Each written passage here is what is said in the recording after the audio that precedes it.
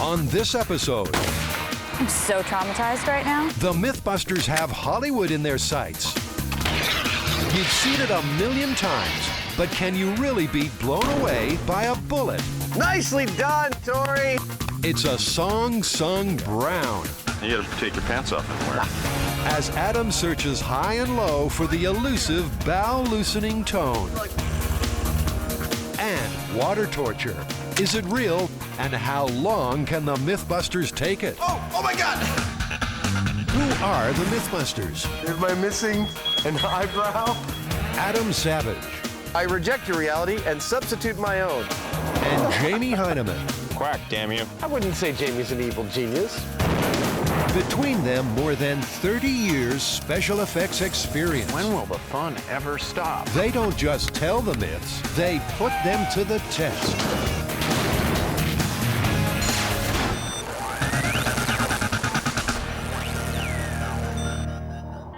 In an urban wasteland, a deadly game of cat and mouse is being played out. A lone gunman stalks his prey.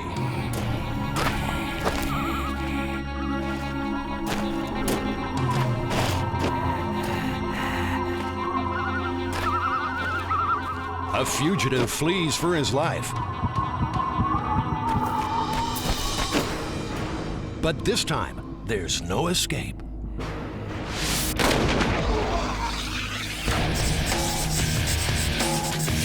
Tori, Jamie and I have a really, really fun myth to pass on to you this time. Yeah, this one is another Hollywood-created myth, and it's the one around a person getting shot and like flying backwards. So the question is, does a bullet have enough kinetic energy to transfer to a person that would like knock them back, whether or not they're wearing like a bulletproof vest or something, just like we see in the movies? We'll show you later how Hollywood blows people away. But first, the big test. Can this really happen? We need to come up with a realistic recreation of what would happen with a person and a real weapon. Obviously, they aren't going to shoot a real person. So here's the idea. Build a large rack to hold up a victim it's safe to shoot.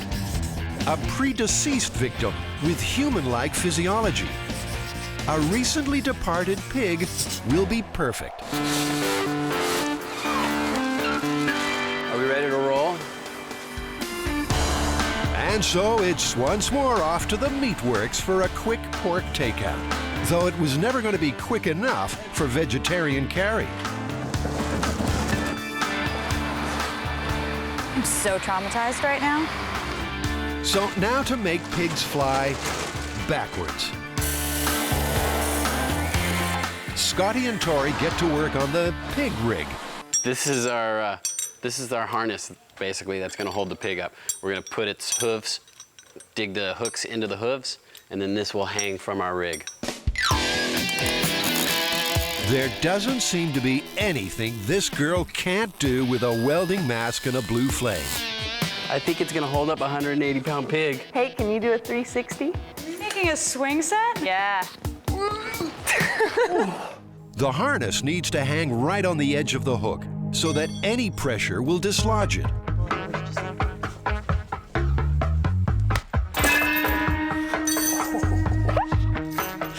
I just saw you punch yourself in the head.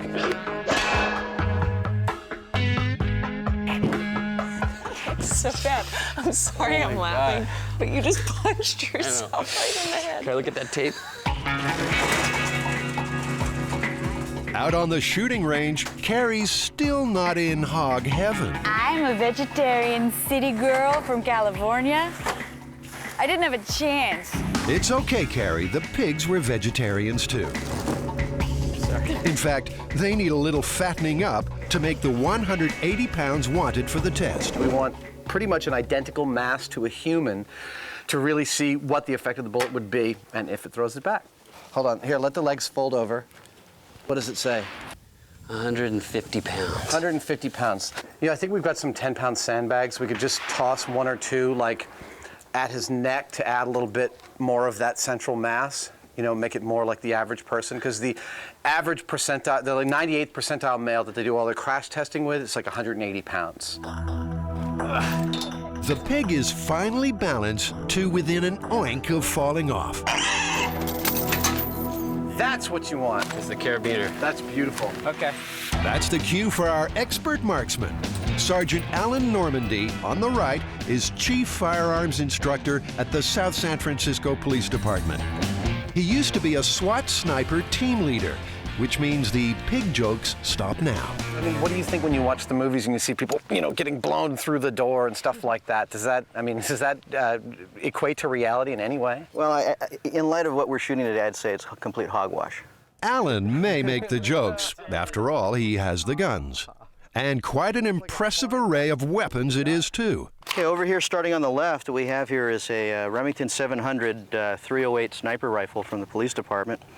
Over here, we have a 12-gauge shotgun, it's a Mossberg 9200 in semi-automatic. We have a Colt M4 in .223. We also have another Colt M4 in .223. We also have a Thompson submachine gun in .45 caliber, and an MP5 in 9mm. This is looks like a pretty good cross-sampling of like the types of guns you see people get shot with in the movies. Absolutely. This is the sort of stuff you'd probably encounter in most police arsenals. The shots will be taken from 22 feet away. Statistics show that 70% of all fatal shootings happen at that distance. But first, we gotta take steps to make sure we don't add to those stats. First of all, we're going to treat all guns as if loaded. Every single gun's going to be treated as if it's loaded. Two is we're not going to point the firearm or weapon at anything that we're not willing to destroy. Three, we're going to keep the fingers off the trigger until we're actually ready to fire. And then fourth, of course, we have two range masters here, and that is don't anticipate any range commands, and if you see anything unsafe, please report it to the range master. Unsafe? How about Adam with a gun? We already know he's no marksman. Did I even hit it? Over the top. Over the top. Well, that's pretty lame. Another round. Adam will take the first shot. The M4 is loaded with a 9mm hollow point bullet. All you need to do is squeeze it when you're ready. So keep your finger off the trigger until you're ready to shoot. Lean forward just a little bit. Excuse me, you're in full auto right now. There you go. Squeeze slowly. There you go. Wow. And what do you know? A direct hit. Go ahead and put it back on S. But wait a second, the pig hardly flinched. Surely the appropriate Hollywood-style reaction is more like this.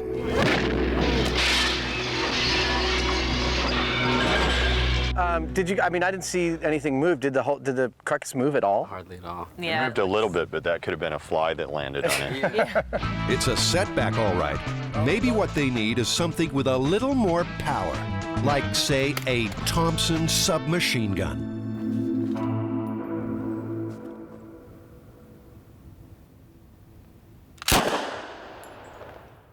The .45 caliber bullet leaves the carcass unmoved. I think we just need to keep on moving up higher through the calibers. This is a 44 Magnum. We're going to be shooting a 240 grain bullet out of it. This is the same caliber that Dirty Harry uses in the movies. In Dirty Harry's movies, people were blown away by the dozen. Maybe this will get the bacon bouncing. Finger off the trigger till you're ready to fire. High speed's ready. At impact, the bullet is traveling at 1,300 feet per second. But the high-speed camera shows the pig hardly flinched. That went right through again. Yep. No movement at all. I think we can start to move a little faster with this. I want to see some actual action on this. Action Adam wants, action Adam gets. Nope, back on safe. Nothing. There you go. Each weapon is more powerful than the last. It's the same sort of bullet they use in the M60 machine gun. You remember Rambo in the first movie where he's Yeah. got that belt-fed machine gun? Yeah. This is the same cartridge.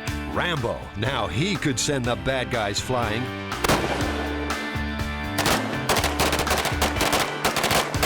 Still, the pig refuses to fly like a hapless Hollywood fall guy. I think we're hitting this pig in the perfect spot. I mean, this is where the highest concentration of his mass is. You couldn't ask for better, and it's not moving at all. But some of the rounds have passed right through the target. Pick it up, come on. That means most of the bullet's energy is being expended not in the body, but in the hillside behind. Last chance, a massive, solid deer slug fired from a shotgun.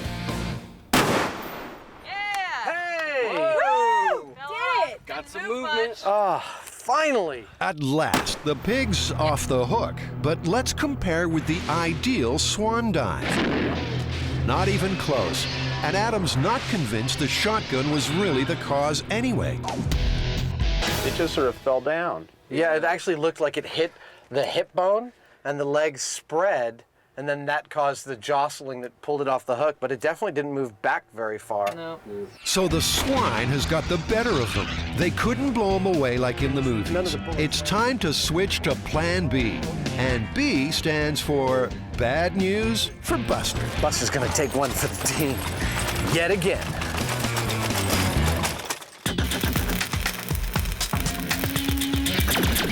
The Mythbusters are heading into a world of hurts. 24 speakers, $60,000 worth of sound equipment, They're putting their dignity on the line 14 adults wearing diapers. to uncover the most diabolical secret weapon you've never heard of. Mythbusters is testing the brown note. So what are we doing out here in the middle of an empty, windswept parking lot? Well, it turns out you need a big place like this to test the myth of the brown note. That's the myth that there are subsonic frequencies that you can play that will cause a human being to lose control of their bowels, or, as they say in the industry, have involuntary bowel motility. The brown note, a mysterious sound that makes you soil your pants, or worse.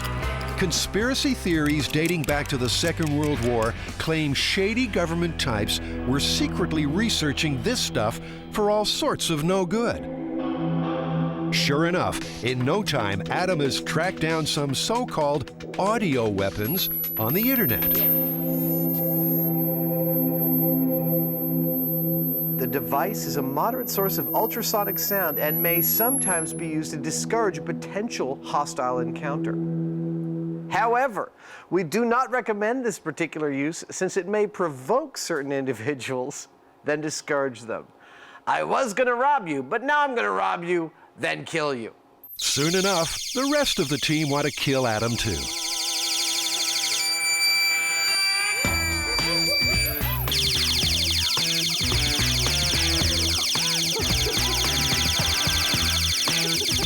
What? Make what go away? The sound, I can hear it. You don't hear that? It's like a dog whistle. It's like. Interestingly, after an hour of fooling around with these things, Adam's not feeling so great. I feel like crap. I mean, I've got a kind of cold sweat.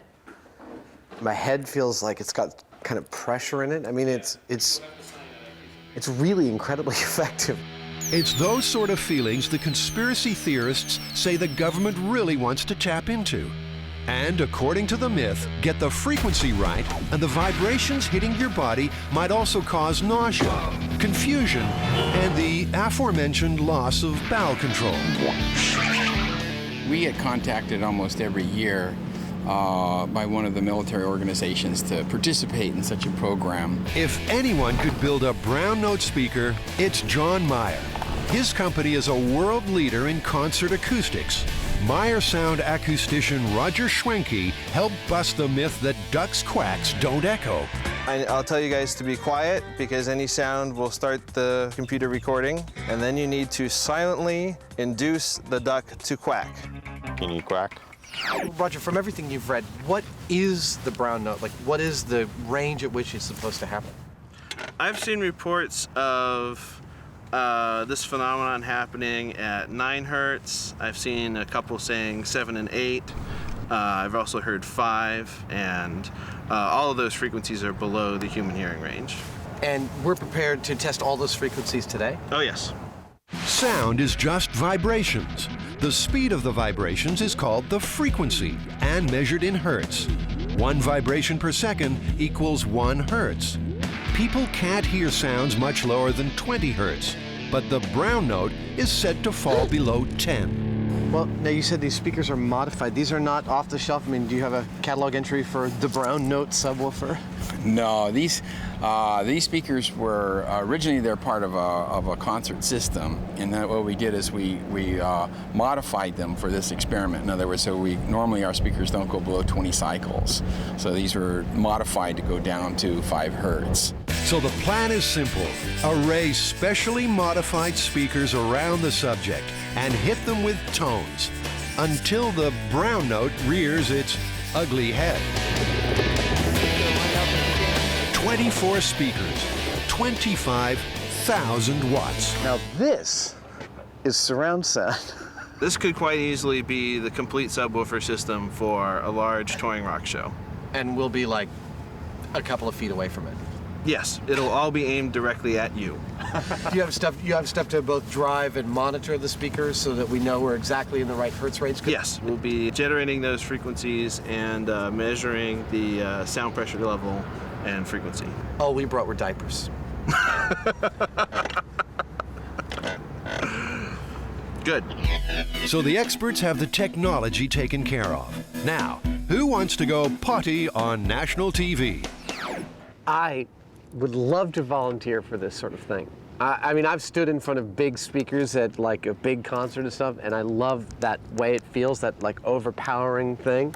And I can't imagine anything better than getting in the middle of this 25,000 watt stack and seeing what it does. And since I'm notorious for maintaining my cleanliness and under all conditions, maybe it'd be best to try you anyway. Okay. A medical team will constantly monitor Adam's physical signs, and they're prepared for the worst. Well, have you actually heard the story that there is a tone that can make you lose control of your bowels? Whether it's a change of pressure in your bowels or some other kind of neurological response, that it has been said that the military used it, that people will lose their bowels at a certain tone. Okay, ready when you are.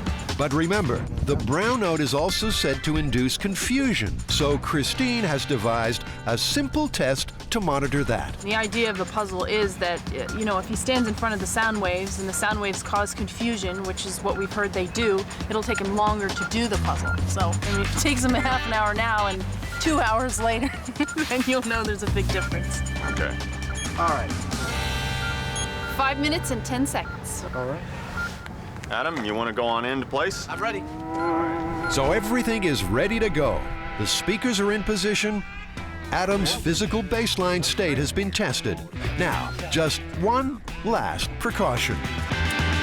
Adam, it's time for you to put your diaper on. I thought I didn't have to do that till the end of the day. Oh my God. Well, what are you doing?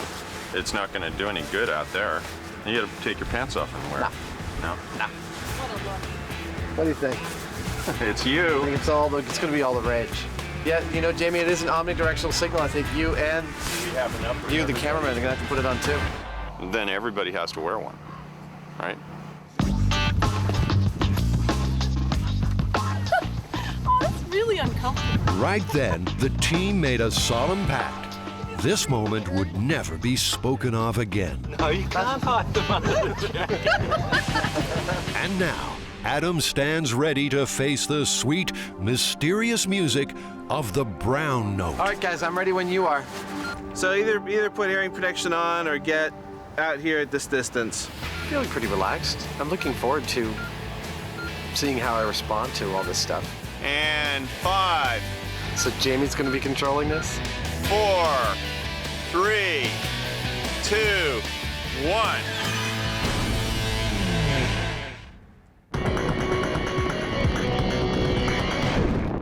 Right now, conspiracy theorists are on the edge of their seats. Adam is being blasted with a 5 hertz tone. And if there was a second shooter on the grassy knoll, and man never really walked on the moon, well, this brown note's secret weapon should have him pooping his pants any second now. Note the diaper, worn Superman style, just in case. 4, 3, 2, 1.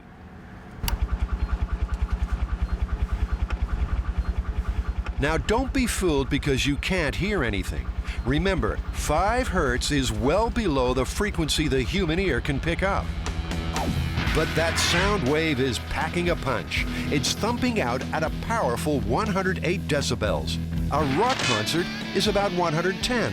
A normal conversation is about 60 decibels. Even so, Adam seems, unmoved. I don't really feel anything. My heart rate's about the same.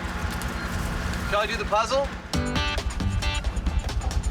It's sort of psychedelic somehow. There's so many of these speakers going like this, you just want to, it's sort of hypnotic. Done. 1 minute and 59 seconds. I would definitely say that was an improvement. And I felt much more of a physical response to like a really loud speaker at a concert than I did from this. So Adam's bells are more than a match for 5 hertz.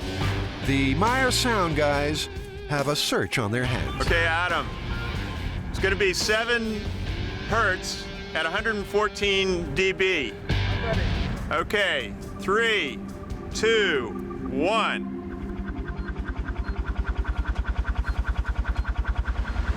Is that all you got? Again, the silence is deafening, and there's certainly no noise from Adam's nether regions. Feel like you want to poo? I can't say I want to poo. Or I can't say that I'm going to poo involuntarily. Well, if that's not a goal worthy of the Mythbusters' time, they don't know what is. Adam's confident their next test will strike pay dirt. Next up, 9 hertz, right within the mythical brown note butter zone. Okay, we ready? Yep. Let's do it. You ready, Adam? Ready when you are. Okay. And 3, 2, 1, go.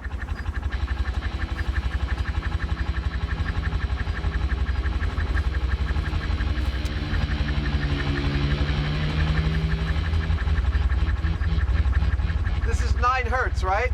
So we should be right where I should just be like all over myself. You know, this is sometimes called the disco dump. So can you like disco for us? Scoop bot, baby. No, nothing there. Wait, let's see. Nope, nothing. You can feel the vibration. It's pretty impressive, but it's not like, you know, like it's out of control, shaking your body until something comes out of it. Some secret weapon this is turning out to be. But here's something interesting. There seems to be a little collateral damage going on. Physically, I did feel anxiety. I didn't feel any mental or emotional anxiety, but physically, I felt something definitely in my chest area. Physically, I feel something in my chest. I don't feel like sitting down. I feel like I have to move around. Even John Myers feeling the effects. He hasn't built speakers like these before. I started feeling a little nauseous right away, like upset stomach and kind of lightheaded. So I walked away from the thing, felt a little bit dizzy. This graphic representation of the sound wave helps explain what's going on. Adam is right in the center of the stacks, but that wave is rolling out to weave its magic on the whole team. If there are any elephants within 10 miles of here, they're going nuts right now. They use subsonic sound to communicate over long distances. But the subject of this secret sonic attack, well, he's never been better. Okay, you're coming up on a minute here. Done. 1 minute and 32 seconds. I think these low sound waves are actually improving your cognitive ability. Where do we go from here? We're going to run a 32 cycle fundamental note, which is like one of the notes on a pipe organ, and run it at about 128. 32 hertz. That's up into the audible range at an ear-splitting 128 decibels, as loud as a jackhammer. Now you're just gonna have to give me hand signals because I can't hear a damn thing. Okay, let's do it. Oh, yeah.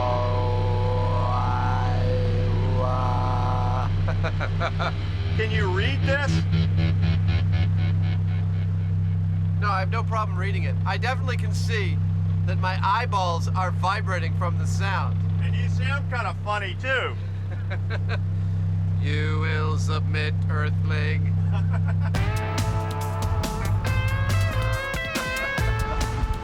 Oh, that was really cool. I feel a little disorientation from that. There's something, you know, kind of dizzying about it. Really? I may be the worst subject ever to test this on. I don't get car sick, I don't really get seasick. I don't know. Maybe he's a bad subject. Or maybe he just loves frustrating the audio guys. But enough's enough. They're going to blow him away with pure decibel power. We're pulling the foam out of all the speakers to get more power out of this, and we'll see if that has any response to me in a loss of bowel control kind of way. Loud noise is powerful. Military researchers built this device to spray a beam of sound loud enough to cause ear-splitting pain.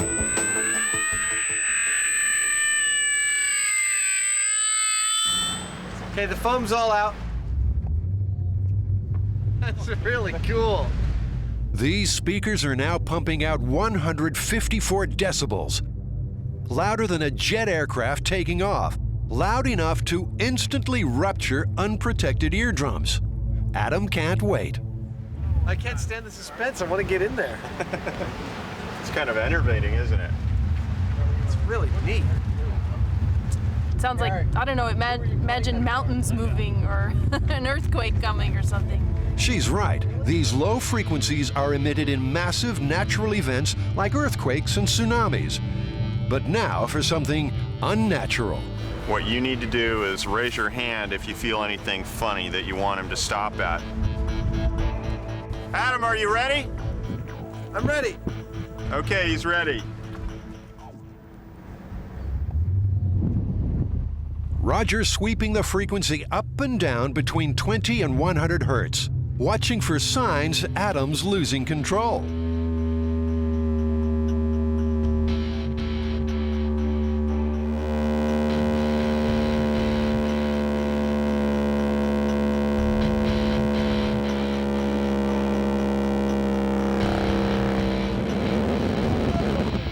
Nothing. Wow! Adam's dignity remains intact. That last bit when I went, whoa! Yeah. I mean, it was like somebody was actually drumming on my chest. Wow. And it was really intense. And the other thing was, you know how when you speak, there's like a, I could feel that just breathing. Those are still really long wavelengths, and so it is actually physically moving air in and out of your lungs as you breathe. So, yeah, that's great that we actually saw that. It was, wow, I mean, that was just really amazing. Everyone's got to try this. It seems the military can save itself some trouble. Even with the help of some of the world's best audio technicians, the Mythbusters just couldn't produce the brown note. It was incredibly, powerfully intense what the sound waves were doing to my body. But not at the 5, 7, or 9 hertz range. Did we bust the myth or not? I think we busted the myth. I think brown note is busted. The myth as we know it, yes, is busted.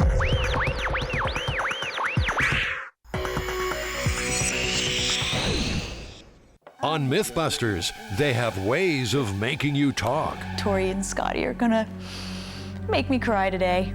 Or at least they think they do. Can this tiny little drop really turn the toughest spy to water?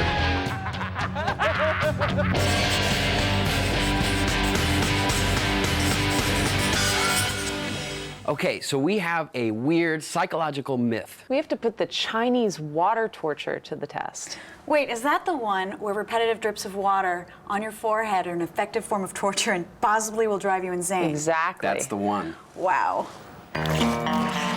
Water torture, the stuff of movies, or something more. Torture victim counselor Gerald Gray has certainly heard of it.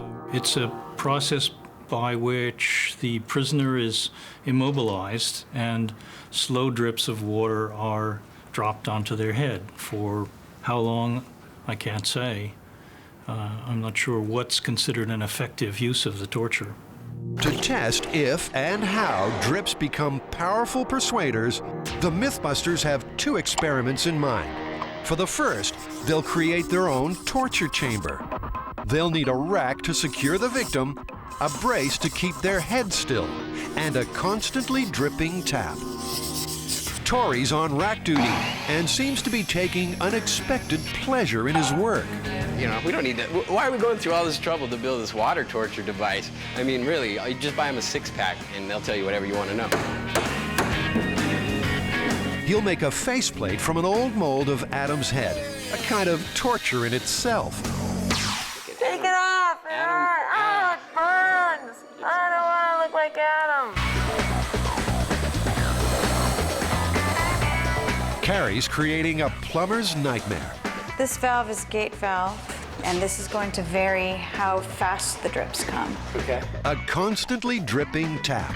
So it'll just be little drips off the end, and then one will be halfway in between. Call her a torture perfectionist if you will, but Carrie wants that drop to be as close as possible to identical every time. I think it's actually going to be impossible for the human mind to decipher a large drip from a small drip, but just in case, we have to try every option.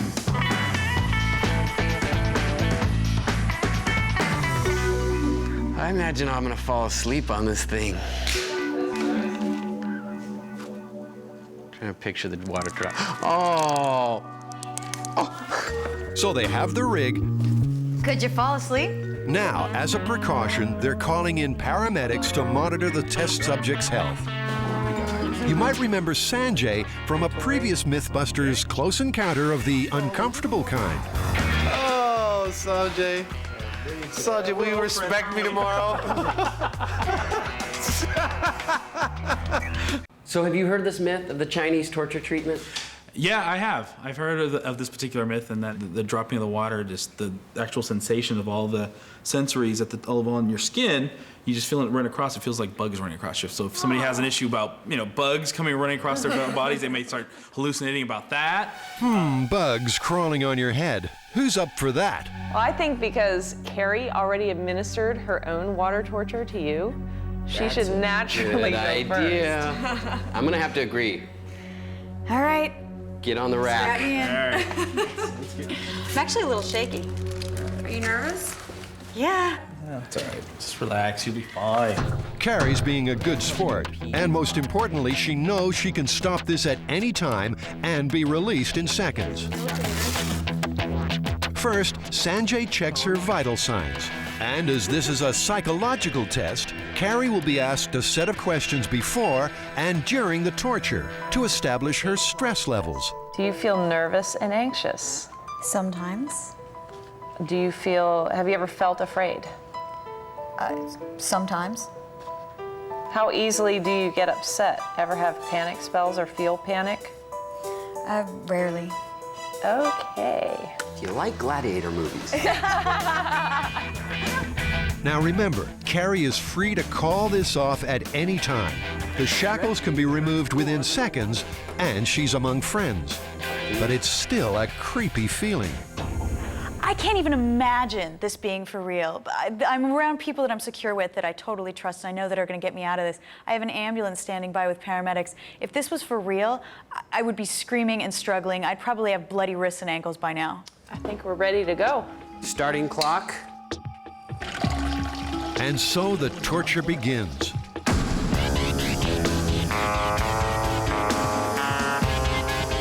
Every 2 seconds or so, a fat, cold drop of water will fall, hitting Carrie's forehead in exactly the same place every time.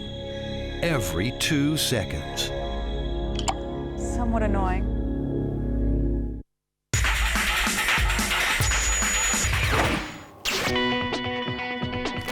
Everything is as it should be in Carrie's world of water torture.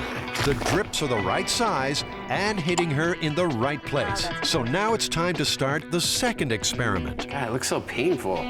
Carrie has to contend with her restraints. But what about just the dripping water on its own? Would that have any effect without the discomfort of being tied down? So, comfy chair, no restraints. The victim just has to sit there and do nothing. No, I think I can do it. I think I can do it. All right, let's get started. This job sounds just perfect for Adam. The biggest challenge will be not going to the bathroom. But after the brown note, he knows the drill. Lest anyone forget, there is no dignity on Mythbusters. And soon, he too is ready to take his punishment. Feeling all right. This is not the worst thing I've ever had to do for the show. Not by a long shot. Sit in a comfy chair, get water dripped on my head all day. I think the main problem I'm going to have is going stir crazy, not going nuts from the drip. I'm getting somewhat flustered over the fact that my arm's falling asleep. Carrie isn't sharing Adam's sunny disposition. I'm somewhat jumpy. I feel somebody touch me. Okay, Carrie, I'm gonna ask you some questions. This is like the same one that Scotty asked you. We're just now 15 minutes into this. I didn't think I was gonna go 15 minutes. I'm very surprised. Do you feel nervous or anxious? Mild. Mild. Do you feel afraid? Mild. Mild. How easily would you get upset right now? Easily. Easily. Severe. Do you feel like falling apart or going to pieces? Not yet. So let's say moderate? Moderate. Do you feel like you're having a problem sleeping? Yeah. Yes, I am having an extreme problem sleeping. There's 7 people standing around me and there's water dripping on my head. After 15 minutes, Carrie thinks she's holding up relatively well. But the power of water torture is meant to increase the longer it goes on. As most of the Mythbusters crew knows, I can fall asleep just about anywhere. And I'd like to attempt to do that here, but there's this fly that's just landing on every exposed part of my body it can.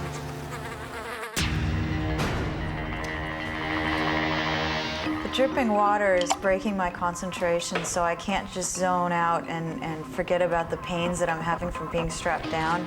It's constantly bringing me back to the reality that my shoulders are killing me. Oh yeah, plenty of water. We can go for hours still. Carrie's been on the rack an hour now. Her vital signs are still within the safe range, but the torture is starting to tell on her emotions. You ready? Go ahead. Okay, do you feel nervous and anxious? Yes. Would you say mild, moderate, or severe? Severe. Do you feel afraid? No. Mild. Mild. Are you getting upset, or do you feel like you're gonna panic? Extreme. Do you feel like you're gonna fall apart and go to pieces? I actually don't want to do this test right now. All right, let's get her out. No, it's fine. Just give me a second, okay? I had a moment of sheer terror and panic when I was on the rack, and it was so strange. I didn't expect going into this that I was going to freak out and start crying in front of everybody. I mean, I knew I could get up at any time, but the restraints totally made me lose it. Do you feel yourself trembling or shaking? Yes, extreme. I just had a sudden claustrophobia attack. That's what that was a minute ago. Being bound is crazy. I didn't even feel the water at that point. Goddamn fly! Which lands on my feet, my toes, and my elbows, and my hands, and it's awful. The fly is definitely much worse than the water. Flies aside, Adam's finding life as an unrestrained, soggy couch potato somewhat to his liking. Long-term psychological side effects. If I haven't had any long-term psychological side effects from all the things I've already done on this show, this isn't going to hurt much more. Are your hands feeling wet and clammy? No. Are you having a problem sleeping? I think this is actually will be a very good torture. Although Carrie's regained her composure, somehow this just isn't fun anymore. The experiment is becoming a little too real. Enough is enough. I think you've proven yourself. I think you probably could stay here longer, but I'm actually gonna let you loose. Okay. Some concern about your shoulder and all the twitching that you're doing and stuff like that. You're obviously getting, you know, kind of aggro, and that's the last thing we need to get. Now we'll just bring it up slow. Take it nice and slow. If you start to feel a cramp, go back to before. Yeah. Carrie lasted more than an hour and a half, but in hindsight, it was probably an hour and a half too long. I'm so used to coming into Mythbusters and having a blast doing everything that we do. This was a rough experiment for me. I still haven't gotten over the bruises on my wrist from the shackles. Unrestrained, Adam is able to cope much better with the drip. It's been about 3.5 hours. At the worst, I feel like, someone's got their finger on this spot on my forehead that the water keeps hitting. Ultimately, it seems it's not the waterworks above his head that will defeat him. These adult diapers are really meant for, occasional leakage and incontinence, not for a grown man's, midday wee. Oh my God!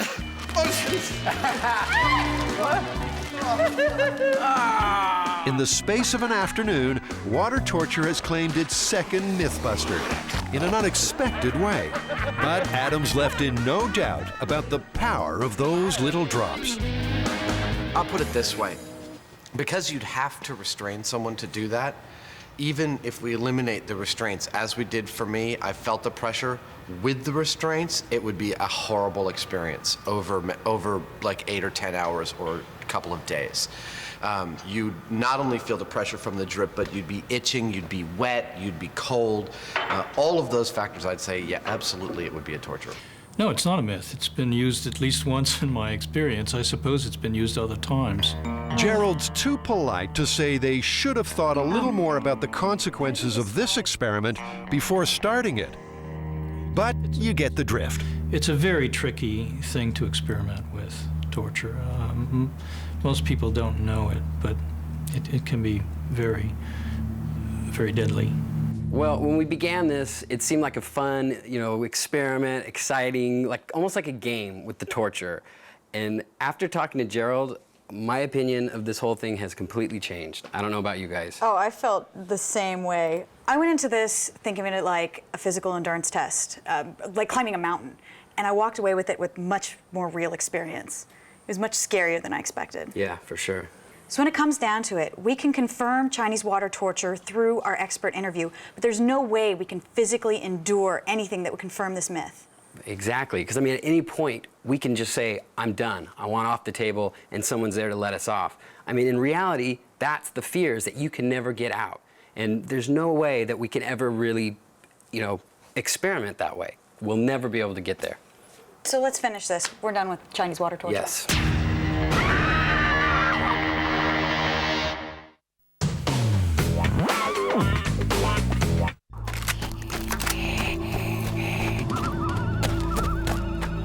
Hollywood tells us the correct etiquette when eating lead is a dramatic plunge in the general direction of backwards.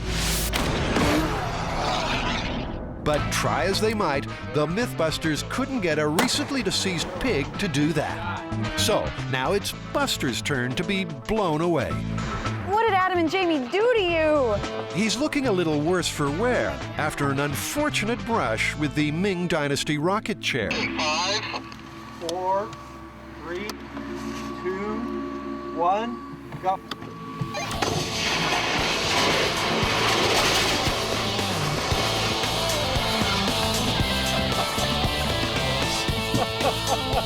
His ass is on fire! Burnt, but not broken, he stands ready to be blown away. Right on the edge. Okay, look down. Okay. After the test with the pigs proved basically that a bullet is not going to throw you back, we decided to do what is the worst case scenario if you're wearing a bulletproof vest, which is going to take all the force of the bullet right here. It's not going to be absorbed in your body. What would happen? So we're going to run through our spate of weapons with this and see if Buster actually gets thrown back. Even if the bullet gets through the vest, Buster's solid torso will bear the brunt of the impact. Is it enough to blow him away? Expert police marksman Sergeant Alan Normandy will do the honors.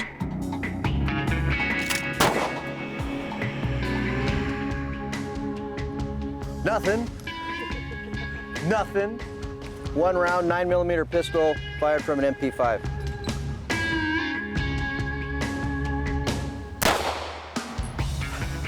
Bounce. Nothing the sequel. This will be a .45 cartridge fired through the Tommy gun.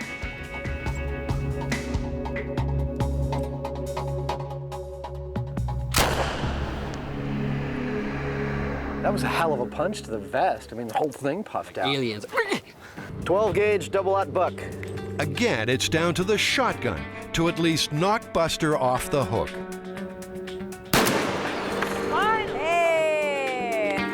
Any high school physics textbook will shoot holes in Hollywood's gunfight scenes. Newton's third law says any action has an equal and opposite reaction. So to make the shootee fly across the room, the shooter would have to be thrown an equal distance backwards. It don't happen. The simple truth about this test is it's about the impact or effect on a target can't be greater than what the shooter's going to feel, because Newton's laws still apply. So if he was going to go 10 feet, the shooter would go 10 feet in the opposite direction. Absolutely. That's a big gun. That's a big, big gun. Real big gun. But Hollywood never lets the laws of physics stand in its way. Remember Tori being blown away? Now we'll reveal some special effects secrets. I think that was a take. Oh, you got me! Yeah, we're gonna put on this jerk harness and make you fly. You'll be like Superman, except backwards. Matt Herron has worked on films like Jurassic Park and the Star Wars prequels. Blowing people away is a special effects staple. First, Tori is strapped into a harness called a jerk suit. It's nice. It's very slimming. It's very slimming. Brings out your girlish figure quite well. Tori, how could you? A rope is attached to the back of the suit and looped through a pulley. Jump! You gotta jump! We're gonna pull, and then it's a timing thing. So you pull, he's gonna go flying in the air, and then when he gets over the mats, we're gonna ease him in gently. I see, so that it'll triangulate down to like over here, and he'll get pulled up and then be let down. Precisely. Oh, okay. Yeah. On the other end of the rope, a tug-of-war team, all too ready to jerk Tori off his feet.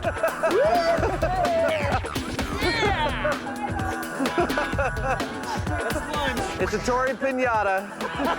For that extra dollop of realism, Jamie straps a bag of fake blood to Tori's chest. So Tori, I'm going to shoot you with this thing and it'll poke a hole in the bag, all right? It's a airsoft pistol. Great. Yeah. All right. Okay. Cool. Okay, guys, ready? Yeah. On bang. 3, 2, 1, bang! Bang! Bang! Bang! Bang! Bang! Bang! Bang! Time to perfection, and Tori eats lead, movie style. Nicely done, Tori. All right, let's do it again. It's certainly convincing on the high-speed camera.